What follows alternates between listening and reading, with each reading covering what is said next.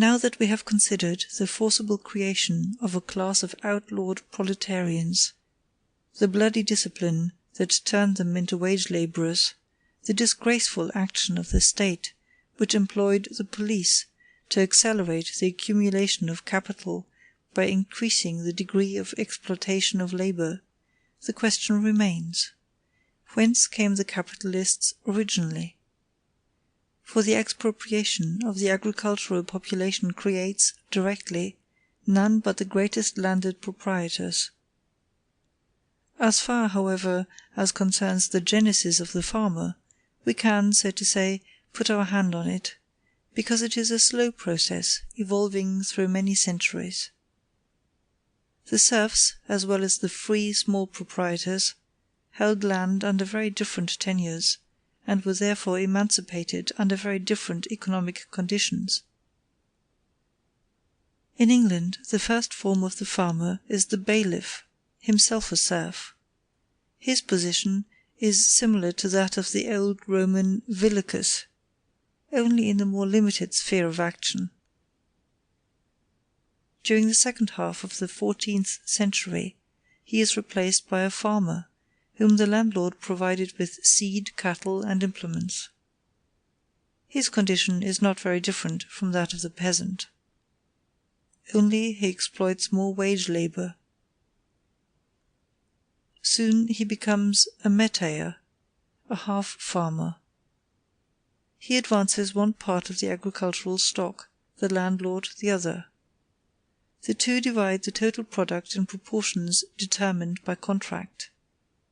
This form quickly disappears in England, to give the place to the farmer proper, who makes his own capital breed by employing wage labourers, and pays a part of the surplus product, in money or in kind, to the landlord as rent. So long, during the 15th century, as the independent peasant and the farm labourer working for himself as well as for wages enriched themselves by their own labour, the circumstances of the farmer and his field of production were equally mediocre.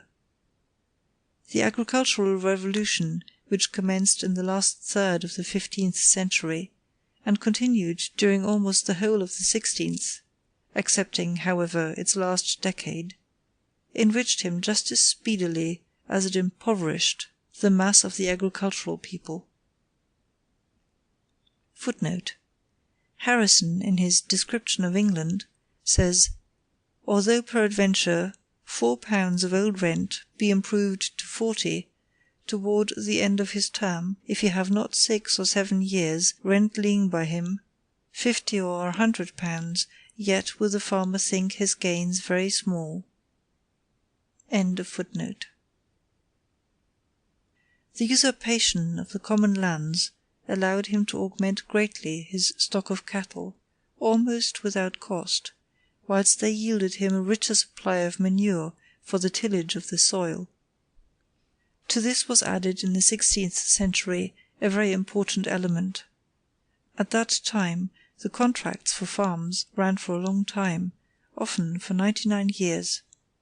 The progressive fall in the value of the precious metals, and therefore of money, brought the farmers golden fruit. Apart from all the other circumstances discussed above, it lowered wages. A portion of the latter was now added to the profits of the farm. The continuous rise in the price of corn, wool, meat, in a word of all agricultural produce, swelled the money capital of the farm without any actions on his part, whilst the rent he paid, being calculated on the old value of money, diminished in reality. Footnote: On the influence of the depreciation of money in the 16th century on the different classes of society, see A Compendium of Brief Examination of Certain Ordinary Complaints of Divers of Our Countrymen in These Our Days, by W. S. Gentleman, London, 1581. The dialogue form of this work led people for a long time to ascribe it to Shakespeare, and even in 1751 it was published under his name. Its author is William Stafford. In one place the knight reasons as follows: Knight, you, my neighbour, the husbandman, you, Maister Mercer, and you, Goodman Cooper, with other artificers, may save yourselves meetly well. Forasmuch as all things are dearer than they were, so much do you arise in the price of your wares and occupations, that ye sell again. But we have nothing to sell whereby we might advance ye price thereof, to countervail those things that we must buy again. In another place, the knight asks the doctor, I pray you, what by those sorts that ye mean? And first of those that ye think should have no loss thereby? Doctor, I mean all those that live by buying and selling, for as they buy dear, they sell thereafter. Knight, what is the next sort that ye say would win by it?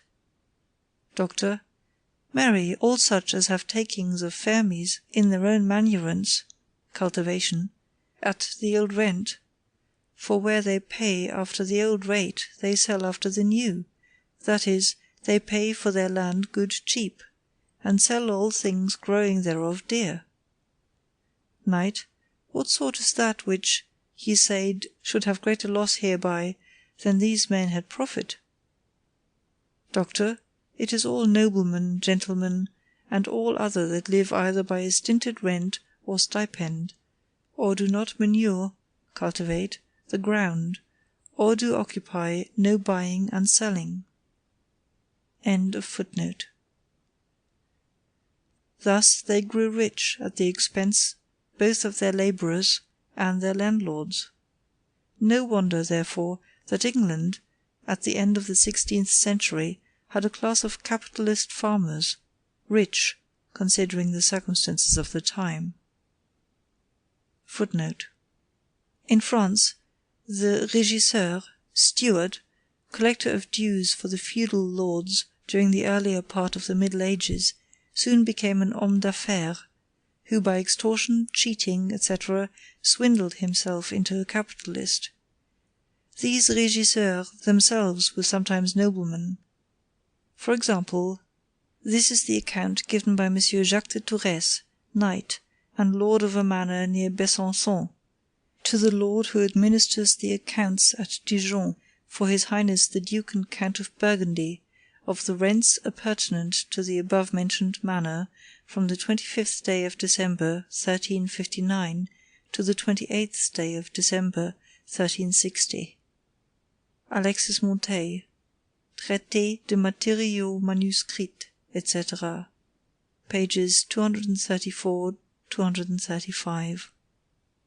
Already it is evident here how in all spheres of social life the lion's share falls to the middleman.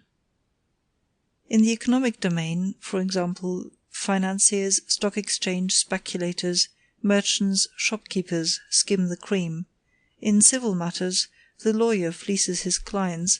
In politics, the representative is of more importance than the voters, the minister than the sovereign. In religion, God is pushed into the background by the mediator, and the latter again is shoved back by the priests, the inevitable middleman between the good shepherd and his sheep. In France, as in England, the great feudal territories were divided into innumerable small homesteads, but under conditions incomparably more favourable for the people. During the 14th century arose the farms or terriers. Their number grew constantly, far beyond 100,000. They paid rents varying from 1/12 to 1/5 of the product in money or in kind.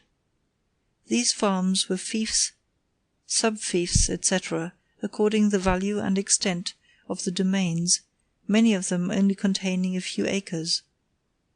But these farmers had rights of jurisdiction in some degree over the dwellers on the soil. There were 4 grades. The oppression of the agricultural population under all these petty tyrants will be understood. Monteil says that there were once in France 160,000 judges, where today 4,000 tribunals, including justices of the peace, suffice. End of footnote.